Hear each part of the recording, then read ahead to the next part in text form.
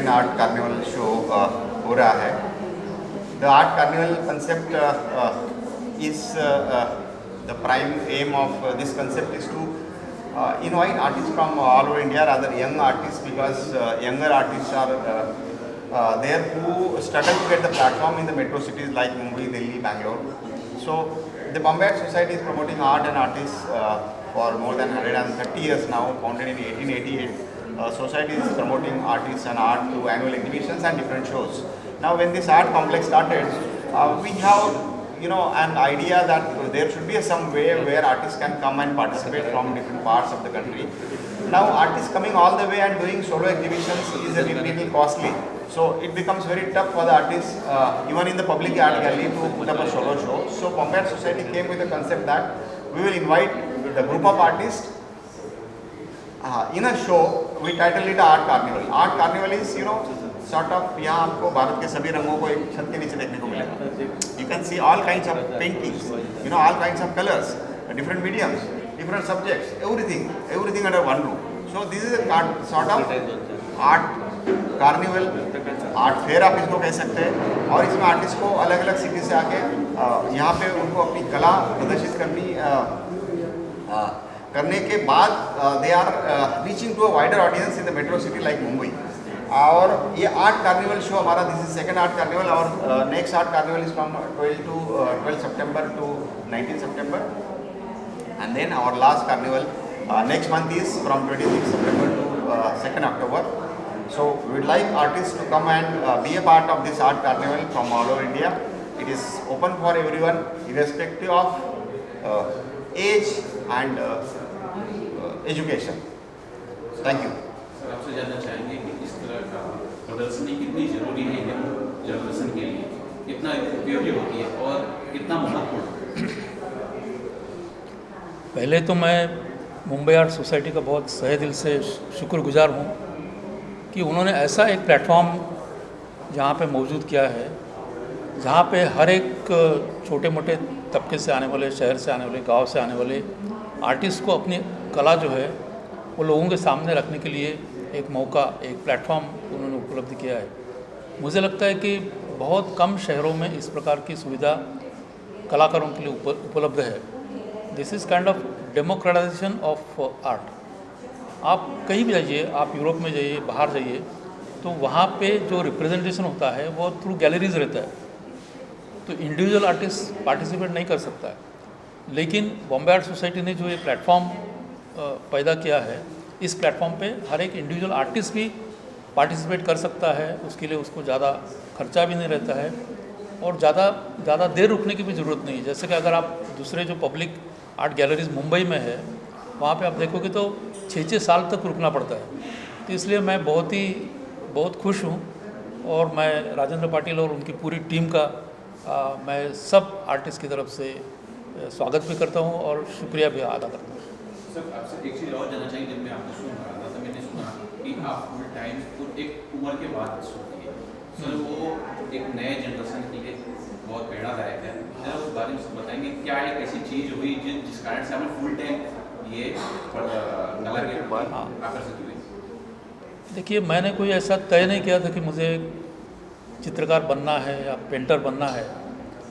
और ये भी नहीं कि जब से मैं काम तो मैं बहुत पहले से करता था. जैसे कि मैंने कहा कि के.एच. आरा मेरे गुरु जैसे, जिन्होंने मुझे कहा कि आप जो काम, तब तक मैं खाली स्केचेस करता था, वो देख के वो बहुत खुश हो गए. बोले ये फॉर्म्स आपको कहाँ से मिलेंगे? तो मैंने कहा मैं तो ये पूरा निसर्ग, जैसा मेरा इगतपुरी गांव है, छोटा गांव है लेकिन वो हिल स्टेशन टाइप का है, बहुत ही सुंदर नज़ारा है, तो उसको पकड़ के मैं काम किया. तो तभी उन्होंने कहा था, लेकिन तब मैं पूरा लिखने के इसमें पूरा व्यस्त था. लेकिन तभी से मैं काम करता था. मैं कम से कम 15 साल में स्केचेस और पेंटिंग अपने घर पे ही करता था. किसी को पता भी नहीं था कि मैं काम कर रहा हूँ करके. लेकिन 15 साल के बाद जब मुझे ऐसा लगा कि अभी आप काम आपने जो किया है, और वो भी मेरे दोस्त लोगों ने मेरे को पुश किया कि आप इतना अच्छा काम करते हो तो उसका प्रदर्शन बनाओ करके. तो पहला मेरा प्रदर्शन आर्टिस्ट सेंटर, जहाँ से के.एच. आरा जी काम करते थे, उन्होंने वो खड़ा किया था. तो वही मेरा पहला शो हुआ. वो सब मेरे दोस्तों ने ही किया था. वो कोई आर्ट वार्ट इन्हें कुछ पता ही नहीं था. तो लेकिन तब से बाद में मैं जब काम शुरू किया, तब मैं इंडिया आर्ट फेस्टिवल जो कि राजेंद्र पाटिल चलाते हैं, तो पहले चैप्टर से अभी 12 साल लगातार मैं वहाँ पे शो में काम करता हूँ। और जैसा मैंने आपको बताया कि मेरे लिए काम करता हूँ मैं क्योंकि मेरा पूरा जीवन तो इसके ऊपर अवलंबित नहीं है, क्योंकि मैं कहीं और काम करके फिर ये शुरू किया, तो मुझे ऐसा लगता था कि इसमें मुझे पूरा फ्रीडम लेके काम करना चाहिए।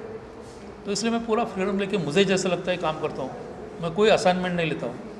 और इस प्रकार से जो मैं काम शुरू किया तो उसकी सराहना भी अच्छी हुई, उसका एप्रिसिएशन भी अच्छा हुआ। और मुझे लगता है कि अभी भी जो आर्टिस्ट है जो काम करते हैं उनको रियाज़, जैसे कि म्यूज़िक में होता है, रियाज़ की बहुत आवश्यकता है। हर रोज़ सवेरे उठ के आपको काम करना है।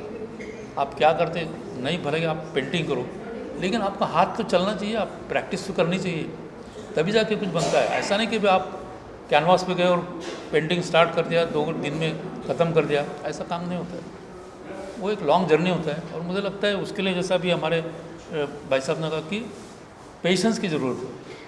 और मुझे लगता है कि ये जो पीढ़ी है इनके पास पूरे सब नया तकनीक भी है। तो आर्ट खाली कैनवास के ऊपर बची है ऐसा नहीं है। तो ये जो नया टेक्नोलॉजिकल इंटरवेंशन है उसकी वजह से आर्ट किस प्रकार से समाज में प्रदर्शित किया जाता है, किस प्रकार से उसका एप्रिसिएशन होता है, उसमें बहुत सारे चेंजेस अभी आने वाले दिन में होने वाले हैं।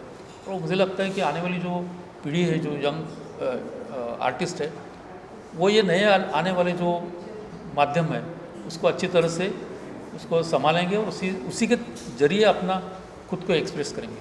सर, मैं आपसे जानना चाहूँगा, द बॉम्बे आर्ट सोसाइटी जो सराहनीय कार्य कर रही है, उस विषय में आपका क्या विचार है? सर, आपसे अच्छा, मैं मुझसे हो द बॉम्बे आर्ट सोसाइटी जी, जो हाँ। सराहनीय कार्य कर रही है, उस विषय में आपके क्या विचार है? नहीं, इतने बड़े शहर में एक आर्ट का बड़ा प्लेटफॉर्म है और बॉम्बे आर्ट सोसाइटी का एक बड़ा एग्जीबिशन होता है, हर साल होता है। उसमें भारत भर से लोग अपना पेंटिंग बेचते हैं और एक प्रेस्टिजियस है। बॉम्बे आर्ट सोसाइटी का अवार्ड मिलना ये बहुत बड़ी बात है सारे भारत में। सो ये तो हो गई एक बात। और उसमें जो एक्टिविटी जो होती है, जस्ट लाइक अभी आर्ट कार्निवल है, यहाँ पर तो जो भी जिनको मौका नहीं मिलता है, तो ये जो नया है ये मेरे ख्याल से बहुत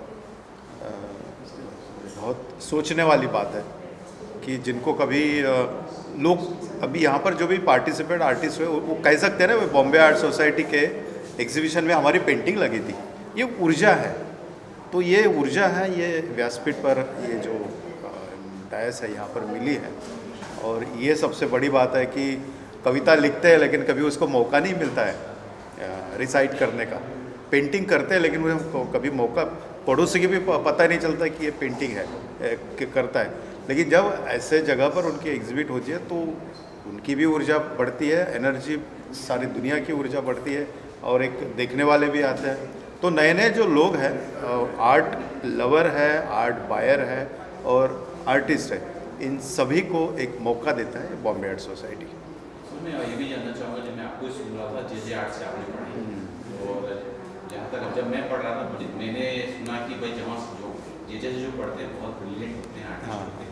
आपने कहा समय कैसे, आपने कहा धैर्य रखना चाहिए, पैसा रखना चाहिए, इसके अलावा क्या चीज़ होती है कि और भी चीज़ रखनी चाहिए इन सालों में? आपने कुछ बराबर है तो थोड़ा सा जरूर। देखिए, वे 20 साल में क्या क्या गया है मैं बोलता हूँ। पढ़ना गया, म्यूज़िक बजाना गया, सब सुनते हैं, एक्सपेरिमेंट। अभी मैं वायलिन सीख रहा हूँ, फिर मैं कैसियो सीख रहा हूँ, फिर मैं तो बैंगो बजाता हूँ। मुझे कहीं परफॉर्मिंग नहीं करना है, लेकिन पेंटिंग से बहुत रिलेटेड है।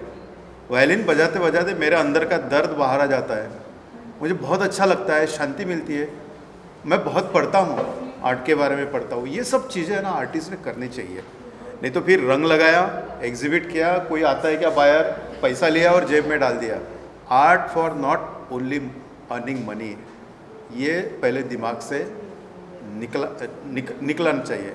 और फिर मुझे पेंटिंग बना के कुछ लैविश, मुझे कुछ ज़िंदगी मिलेगी, ये भी दिमाग से।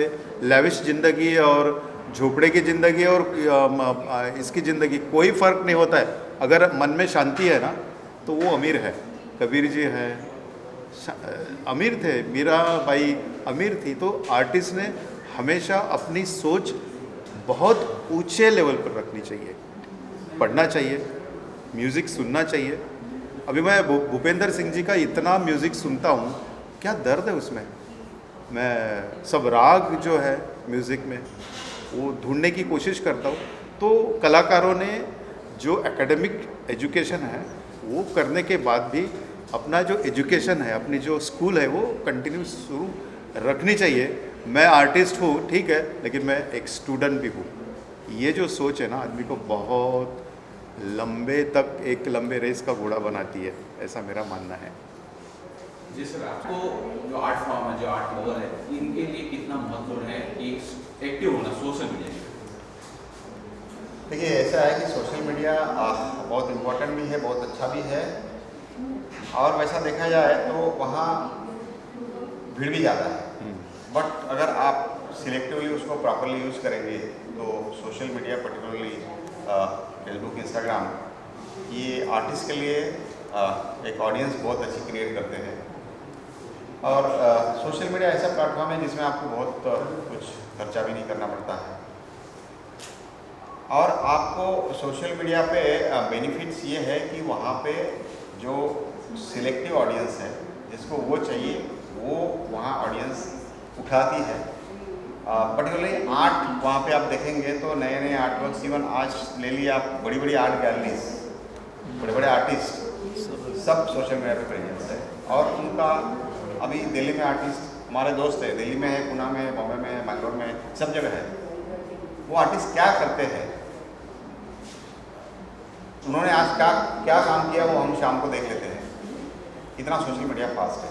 तो इस सोशल मीडिया के बेनिफिट्स हैं, कुछ ड्रॉबैक भी होंगे, बट ड्रॉबैक से ज़्यादा फिलहाल तो उसके बेनिफिट्स हैं। तो सोशल मीडिया इज गुड। इस पेंटिंग के बारे में किस तरह की कौन सी पेंटिंग बोली जाती है, किस तरह की पेंटिंग? ये एक्चुअली एक्स्ट्रा कॉन्सेप्ट पेंटिंग बोली जाती है, जो आपके मन में कुछ फीलिंग वगैरह जो होता है, जो वो कैनवस पे एक्सप्लेन करके की जाती है। जो मन में जो भी तुम्हारी इमेजिनेशन वगैरह होता है तो उसको लेके आर्ट क्रिएट किया जाता है कैनवस पे। सर आपके बारे में बताइए, आपसे जानना चाहेंगे आप कहाँ से आए हैं? मैं जलगांव से आया हूँ। मैंने आर्किटेक्चर में पढ़ाई की है, यानी आर्ट मेरा पहले से ही बहुत बड़ा ऐसा इम्पोर्टेंट पार्ट रहा है लाइफ में। तो मेरा ही फर्स्ट टाइम ही शो है लाइफ में। फर्स्ट टाइम आप वहाँ से यहाँ Yes. बॉम्बे आर्ट हाँ। सोसाइटी में आए हो? यस, कितनी प्रदर्शनी कितनी लगाई है आपने आज यहाँ? 2 एक और दो रखी है। या थोड़ा सा उस बारे में हम जानना चाहेंगे, आते हैं यहाँ, इस बारे में थोड़ा सा एक्सप्लेन कीजिए कि क्या चीज़ है। ये चीज़ में जब आपके पास कोई बात करने के लिए वगैरह नहीं रहता है लाइफ में, तब अपने अंदर जो फीलिंग दबी रहती है वो निकल नहीं पाती उस टाइम। तो जब लाइफ में जब ख़राब समय आता है तब अंदर अपना दिल कुछ कह रहा रहता है, जो अपन सुनते नहीं हैं, अंदर की दिमाग की सुनते रहते हैं। जब अंदर सब आँख बंद करके जब हार्ट भी देखते हो तब आपको दिखाई देता है जैसे ये हार्ट किया हुआ है। जब लाइफ में जब आता है तब अपनी नसें वगैरह रुक जाती है। तो ये ऐसा इफेक्ट दे रहा है कि तुम्हारा नसें वगैरह ठंडी पड़ गई, जो तुमको कुछ सूझ नहीं रहा है वगैरह। तो उस बारे में ये रिफ्लेक्ट कर रहा है पूरा आर्ट। क्या नाम रखे सर ने और इसकी प्राइस? इसकी 30,000 है। नाम क्या रखे सर? ये प्रेमी रोटो। नाम अनाया जेठा है, मैं 21 इयर्स की हूँ और ये मेरा पेंटिंग है। ये जानना चाहेंगे कि आपने कौन से स्कूल से पढ़ाई की है और कहाँ से आए हैं, मुंबई या अलग स्टेट से आए? मैं मुंबई से ही हूँ और मैंने कहा पढ़ाई नहीं की है, मैं सेल्फ टॉट आर्टिस्ट हूँ और मैं 3 साल से पेंट कर रही हूँ और पेंटिंग्स बेच रही हूँ। तो ये तो बहुत जिज्ञासा होगा कि आप सेल्फ कर रहे हैं, कैसे सीखा? ये सीखा कहाँ से? बहुत अच्छी मैं पेंटिंग देख रहा हूँ कि और सी लग बनी हुई है, यहाँ लगी हुई है, ये कहाँ से सीखा? ये आपने अपने मन से क्रिएटिव? हाँ बिल्कुल, मुझे इंस्पिरेशन डिफरेंट चीज़ों से आते हैं, तो एक सोर्स नहीं है सीखने का। मैं पढ़ती हूँ डिफरेंट आर्टिकल्स आर्टिस्ट के बारे में और डिफरेंट मीडियम्स के बारे में पढ़ती हूँ, कैसे उनको यूज़ करें। बहुत एक्सपेरिमेंटेशन से ये पीसेस बनाए हैं। आज आपकी कितनी प्रदर्शनी यहाँ लगी हुई है और मैं ये जानना चाहूँगा हाईएस्ट आपकी क्या प्राइस रखी हुई है और कौन सी पेंटिंग है? तो मेरी यहाँ पे 5 पेंटिंग लगी हुई हैं और हाईएस्ट पेंटिंग इन दोनों की है जो 35,000 की है। Thank you.